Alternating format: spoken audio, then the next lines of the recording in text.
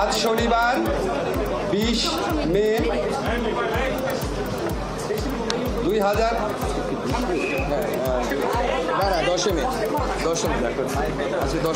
আচ্ছা, আমি আবার থেকে পড়ছি। হ্যাঁ, আজ শনিবার 10 মে 2025 তারিখে উপদেষ্টা পরিষদের এক বিশেষ সভা অনুষ্ঠিত হয়।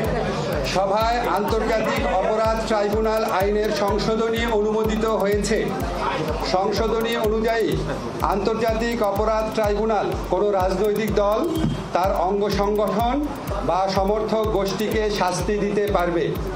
উপদেষ্টা পরিষদের বৈঠকে আন্তর্জাতিক অপরাধ ট্রাইব্যুনালে বাংলাদেশের আওয়ামী লীগ ও তার নেতাদের বিচার কার্য সম্পন্ন না হওয়া পর্যন্ত দেশের নিরাপত্তা ও সার্বভৌমত্ব রক্ষা, জুলাই আন্দোলনের নেতাকর্মীদের নিরাপত্তা এবং আন্তর্জাতিক অপরাধ ট্রাইব্যুনালের বাদী ও সাক্ষীদের সুরক্ষার জন্য সন্ত্রাস বিরোধী আইনের অধীনে সাইবার স্পেস সহ আওয়ামী লীগের যাবতীয় কার্যক্রম নিষিদ্ধ করার সিদ্ধান্ত গ্রহণ করা হয়েছে।